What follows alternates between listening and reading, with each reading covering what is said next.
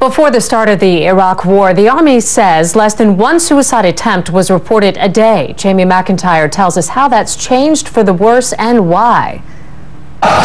The Army believes the explanation for the dramatic jump in suicides is the stress of war.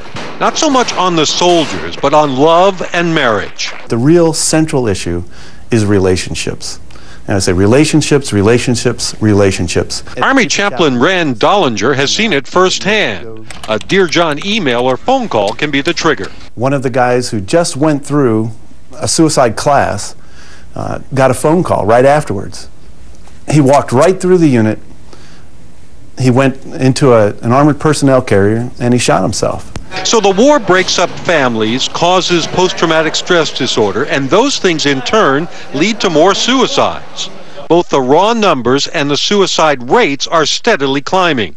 The estimated rate for 2007, 17.5 per 100,000 soldiers, is the highest since the military started keeping records.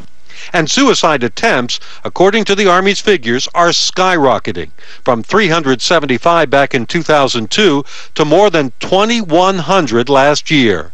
And no longer is the typical victim a young male. Now we are seeing more women killing themselves, and we're also seeing older soldiers killing themselves. The Army says more than half the suicides are among troops who have never deployed or who have been home from the war zones for more than a year.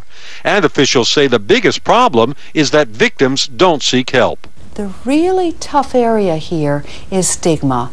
We know that soldiers don't want to go seek care. They're tough, they're strong, they don't want to go see a behavioral health care provider. One thing soldiers are good at is protecting their buddies, so the Army is stressing how important it is to see the danger signs and to help others through tough times. This playing card, the Ace of Hearts, is given to soldiers to stress some of the key points, such as asking soldiers straight out if they feel suicidal and never leaving them alone. Jamie McIntyre, CNN.